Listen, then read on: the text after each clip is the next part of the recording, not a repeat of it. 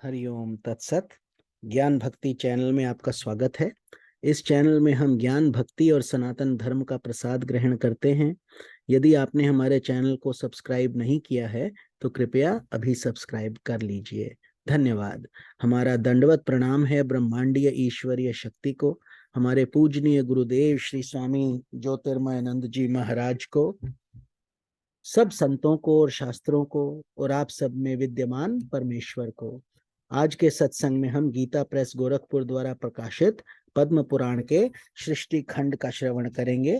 आज का अध्याय है तुलाधार के सत्य और समता की प्रशंसा, सत्य भाषण की महिमा, लोभ त्याग के विषय में एक शूद्र की कथा और मूक चंडाल आदि का परम धाम गमन। ब्राह्मण ने कहा, प्रभो, यदि मुझ पर आपकी कृपा हो तो अब तुलधार के चरित्र और अनुपम प्रभाव का पूरा पूरा वर्णन कीजिए। श्री भगवान बोले, जो सत्य का पालन करते हुए लोभ और दोष बुद्धि का त्याग करके प्रतिदिन कुछ दान करता है, उसके द्वारा मानो नित्य प्रति उत्तम दक्षिणा से युक्त 100 यज्ञों का अनुष्ठान होता रहता है। सत्य से सूर्य का उदय होता है, सत्य से ही वायु चलती रहती है, सत्य के ही प्रभाव से समुद्र अपनी मर्यादा का उल्लंघन नहीं करता, और भगवान कच्छप इस पृथ्वी को अपनी पीठ पर धारण किए रहते हैं। सत्य से ही तीनों लोक और समस्त पर्वत टिके हुए हैं। जो सत्य से भ्रष्ट हो जाता है उस प्राणी को निश्चय ही नरक में निवास करना पड़ता है। जो सत्य वाणी और सत्य कार्य में सदा संलग्न रहता है वे इसी शरीर से भगवान के धाम में जाकर भगवत स्वरूप हो जाता है। सत्य से ही समस्त ऋषि मुनि मुझे प्राप्त होकर शाश्वत गति में स्थित हुए हैं। सत्य से ही राजा युधिष्ठिर सशरीर स्वर्ग में चले गए थे। उन्होंने समस्त शत्रुओं को जीतकर धर्म के अनुसार लोक का पालन किया, अत्यंत दुर्लभ एवं विशुद्ध राजसूय यज्ञ का अनुष्ठान किया। वे प्रतिदिन 84,000 ब्राह्मणों को भोजन कराते और उनकी इच्छा के अनुसार पर्याप्त धन दान करते थे। जब ये जान लेते कि इसमें से प्रत्येक ब्राह्मण की दरिद्रता दूर हो चुकी है, तभी उस ब्राह्मण समुदाय को विदय करते थे। ये सब उनके सत्य का ही प्रभाव था।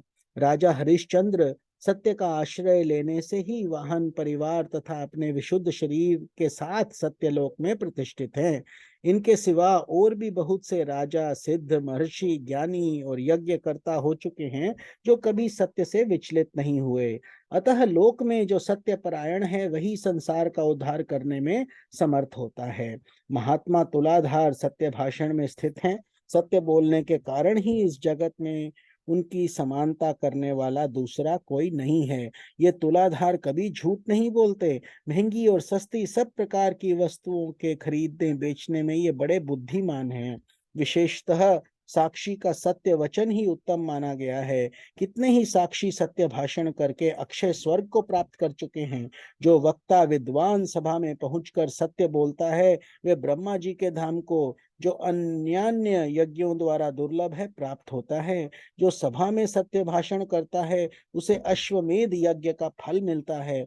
लोभ और द्वेष वश झूठ बोलने से मनुष्य रौरव नरक में पड़ता है।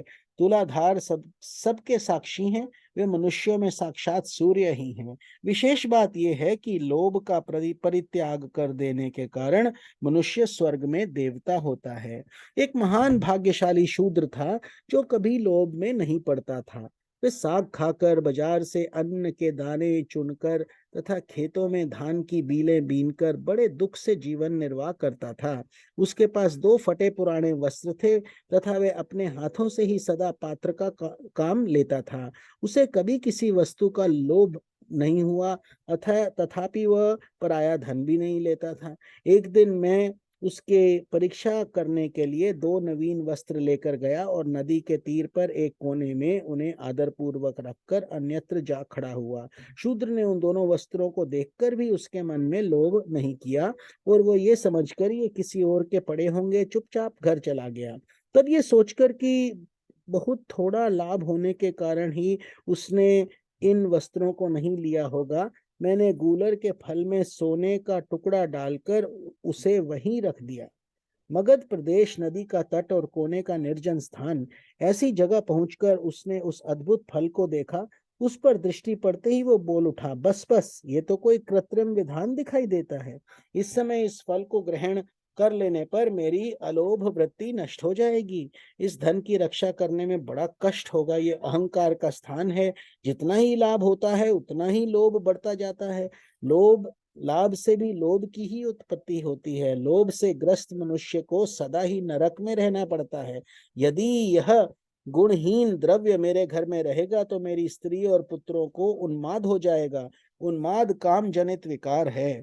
उससे बुद्धि में भ्रम हो जाता है। भ्रम से मोह और अहंकार की उत्पत्ति होती है। उनसे क्रोध और लोभ का प्रादुर्भाव होता है। इन सब की अधिकता होने पर तपस्या का नाश हो जाएगा। तपस्या का क्षय हो जाने पर चित्त को मोह में डालने वाला मालिन्य पैदा होगा।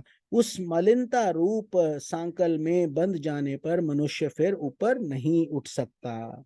यह विचार कर वह शूद्र उस फल को वहीं छोड़कर घर चला गया। उस समय स्वर्गस्थ देवता प्रसन्नता के साथ साधु साधु कहकर उसकी प्रशंसा करने लगे। तब मैं एक क्षण शपण का रूप धारण करके उसके घर के पास गया और लोगों को उनके भाग्य की बातें बताने लगा। विशेषतः भूतकाल की बात बताया करता था। फिर लोगों के बारंबार आने जाने पर यह समाचार सब ओर फैल गया। ये सुनकर उस शूद्र की स्त्री भी मेरे पास आई और अपने भाग्य का कारण पूछने लगी। तब मैंने तुरंत ही उसके मन की बात बता दी और एकांत स्थित में होकर कहा, महाभागे, विधाता ने आज तेरे लिए बहुत धन दिया था, किंतु तेरे पति ने मूर्ख की भांति उसका परित्याग कर दिया है। तेरे घर में धन का बिल्कुल अभाव है। अतः जब तक तेरा पति जीवित रहेगा तब तक उसे दरिद्रता ही भोगनी पड़ेगी। इसमें तनिक भी संदेह नहीं है। माता, तू शीघ्र ही अपने घर जा और पति से उस धन के विषय में पूछ। इस मंगलमय वचन को सुनकर वे अपने पति के पास गई और उस दुखद वृतांत की चर्चा करने लगी। उसकी बात सुनकर शूद्र को बड़ा विस्मय हुआ।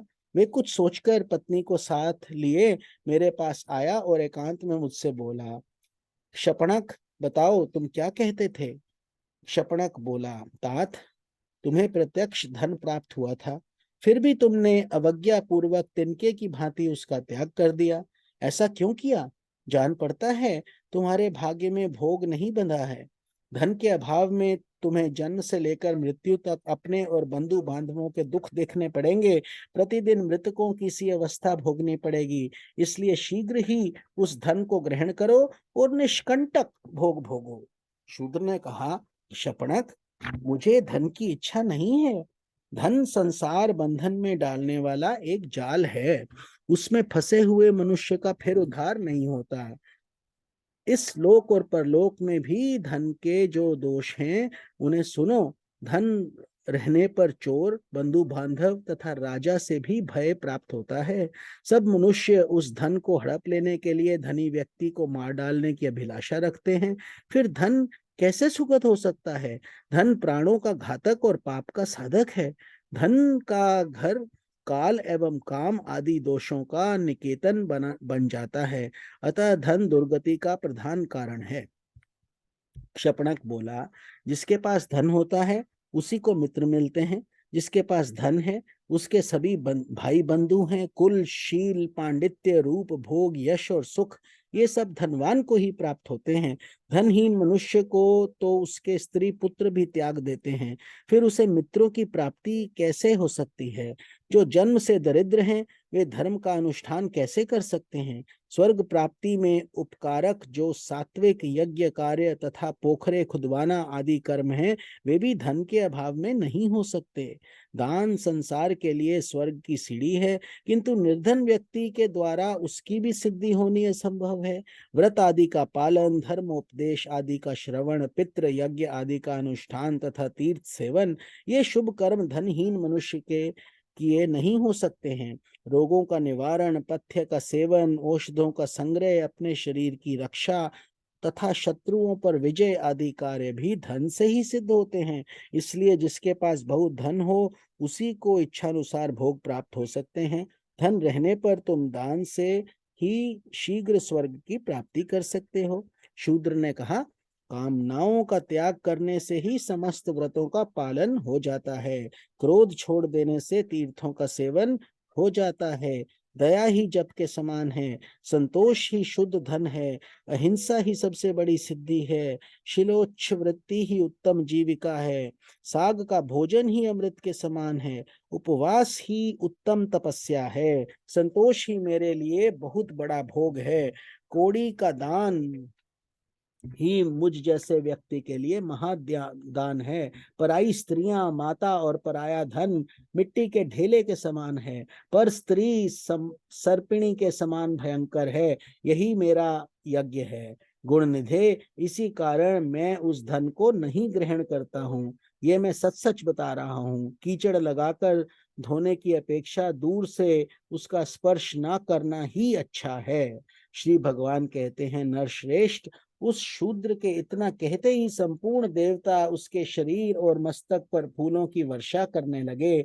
देवताओं के नगाड़े बज उठे, गंधर्वों का गान होने लगा। तुरंत ही आकाश से विमान उतर आया। देवताओं ने कहा, धर्मात्मन, इस विमान पर बैठो और सत्यलोक में चलकर दिव्य भोगों का उपभोग करो। तुम्हारे उपभोग काल का कोई परिमाण नहीं है, अनंत काल तक तुम्हें पुण्यों का फल भोगना है।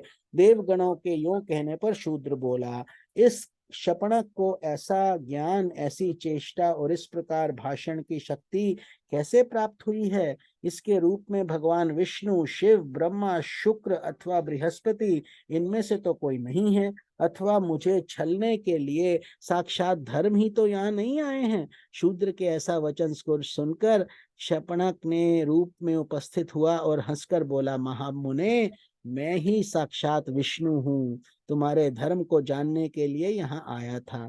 अब तुम अपने परिवार सहित विमान पर बैठकर स्वर्ग को जाओ। तदनंतर वह शूद्र दिव्य आभूषण और दिव्य वस्त्रों से सुशोभित हो सहसा परिवार सहित स्वर्ग लोक को चला गया। इस प्रकार इस शूद्र परिवार के सब लोग लोभ त्याग देने के कारण स्वर्ग सिधारे। बुद्धिमान तुलाधार धर्मात्मा हैं, वे सत्य धर्म में प्रतिष्ठित हैं, इसीलिए देशांतर में होने वाली बातें भी उन्हें ज्ञात हो जाती हैं। तुलाधार के समान प्रतिष्ठित व्यक्ति देवलोक में भी नहीं है। जो मनुष्य सब धर्मों में प्रतिष्ठित होकर इस पवित्र उपाख्यान का श्रवण करता है, उसके जन्म जन्म के पाप तत्काल नष्ट हो जाते हैं। एक बार के पाठ से उसे सब यज्ञों का फल मिल जाता है। वे लोक में श्रेष्ठ और देवताओं का भी पूज्य होता है।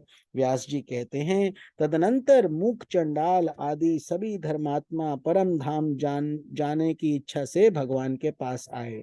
उनके साथ उनकी स्त्रियां तथा अन्यान्य परिकर भी थे।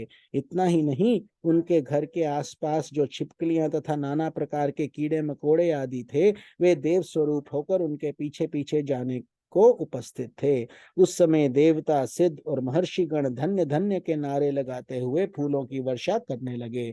विमानों और वनों के देवताओं के नगाड़े बजने लगे। वे सब महात्मा अपने अपने विमान पर आरूढ़ हो विष्णु धाम को पधारे। ब्राह्मण नरोत्तम ने यह अद्भुत दृश्य देखकर श्री जनार्दन से कहा, देवेश मधुसूदन, मुझे कोई उपदेश दीजिए। श्री भगवान बोले, तात, तुम्हारे माता पिता का चित्त शोक से व्याकुल हो रहा है, उनके पास जाओ। उनकी यत्न पूर्वक आराधना करके तुम शीघ्र ही मेरे धाम में आओगे।